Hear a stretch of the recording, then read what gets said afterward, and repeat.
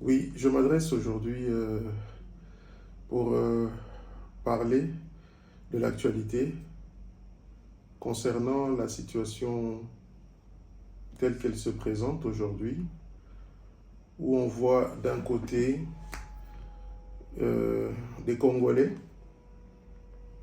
parlementaires de surpoids, membres d'un parti politique,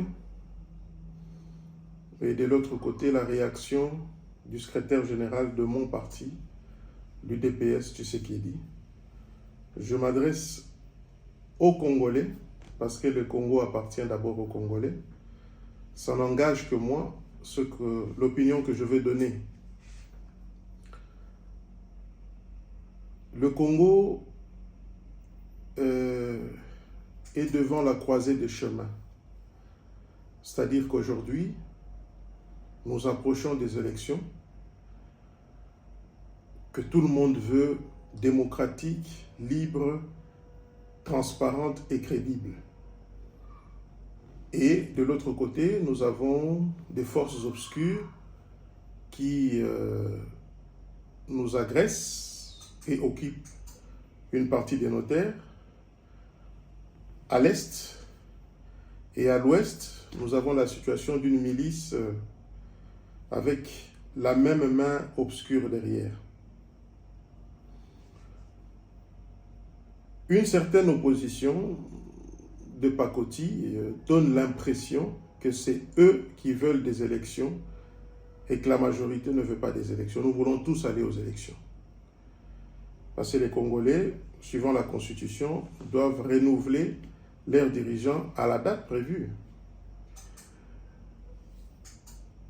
Mais les Congolais aujourd'hui doivent savoir qu'il y a deux camps. Il y a un camp qu'incarne le candidat de l'UDPS Tshisekedi, mon parti, et la plateforme électorale Union Sacrée, un candidat congolais en la personne de son Excellence Félix Antoine Tshisekedi Tshilombo, qui est pour la renaissance d'un Congo, le rétablissement de l'autorité de l'État, qui a multiplié par 3, si pas 4, le budget de l'État. Un président qui ne se lasse pas, excusez-moi, de faire la ronde du monde pour trouver des investisseurs et améliorer l'image de notre pays. De l'autre côté, il y a des candidats qui se sont déclarés candidats président de la République, mais il y a des étrangers parmi ces candidats, dont Moïse Katumbi, qui n'est pas congolais.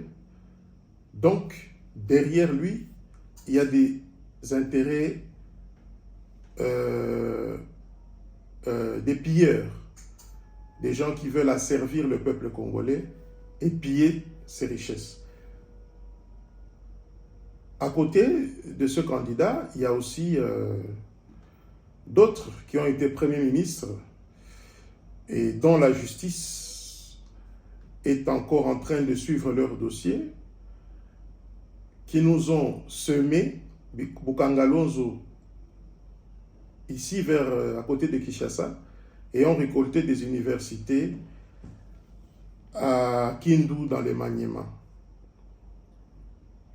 Et vous avez aussi d'autres, je ne suis pas là pour faire leur publicité, mais ils ne sont pas crédibles, ces candidats, en face du candidat Tshisekedi, qui, au moment venu, aura un bilan crédible à défendre. Et nous serons là parce que nous le soutenons. On ne va pas nous interdire de le soutenir. Mais de là à nous verser ou à plonger dans un débat tribaliste, de tribus, d'ethnie, c'est une myopie intellectuelle. Aujourd'hui, le monde ne voit plus les choses comme ça. Le Congo, que nous soyons du nord, du sud, de l'ouest, de l'est, du centre, nous sommes tous Congolais. L'unité nationale, c'est notre force. On ne peut pas se replier dans des tribus. Les pères de l'indépendance, Lumumba, Kasavubu, Thomas Kanza, Tshombe, tout ce que vous voulez, ils sont nombreux, ne se sont pas battus pour qu'aujourd'hui, 2 parlementaires et un autre que vous connaissez qui a parlé de ciseaux, c'est le Congo, ce n'est pas Est, Nord, Sud, c'est le Congo d'abord, c'est ça notre force. C'est comme ça que l'ennemi, parmi les pays voisins et qui ont du répondant à l'intérieur, ne nous vaincra pas. Le Congo aux Congolais, j'ai vu dans la presse, que ce soit la presse internationale, un sénateur américain, la communauté européenne, l'Union européenne, ils sont libres de commenter l'actualité de notre pays, mais nous savons aussi qu'ils ont des candidats tels que Katumbi, Mukwege, qu'ils vont chercher à soutenir. Et pour finir, le Congo est un État laïque. Nous avons plusieurs confessions religieuses. Il n'y a pas que les catholiques. Il n'y a pas que la Senko. Donc, il ne faut pas donner l'impression que quand on ira aux élections, les seuls témoins et observateurs crédibles, ce sont les catholiques. Non. Les catholiques font partie de l'État laïque qui est le Congo. Il y a les églises de réveil, il y a des musulmans, il y a des athées, il y a tout le monde dans cette république. Et toutes ces confessions peuvent aussi préparer leurs témoins et leurs observateurs pour aller aux élections. Le moment du bilan n'est pas encore arrivé, mais nous nous approchons petit à petit vers la campagne électorale. Il y a ce qu'on appelle la pré-campagne, mais tout ceci doit se faire dans la cohésion, dans la paix, dans l'unité nationale pour sauver notre nation.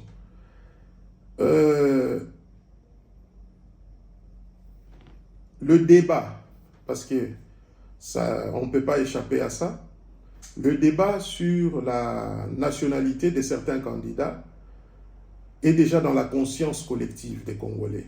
Même si au niveau de l'Assemblée nationale, on ne programme pas cette matière, mais pendant la campagne, croyez-moi, nous dirons des choses.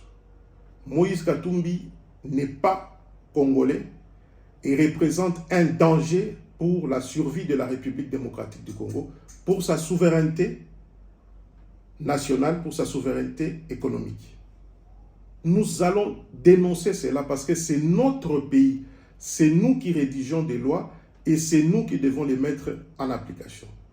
Le candidat de la renaissance de la République démocratique du Congo, le candidat de l'état des droits, le peuple d'abord s'appelle Félix Antoine Tshisekedi Tshilombo. Que Dieu bénisse la République démocratique du Congo et son peuple.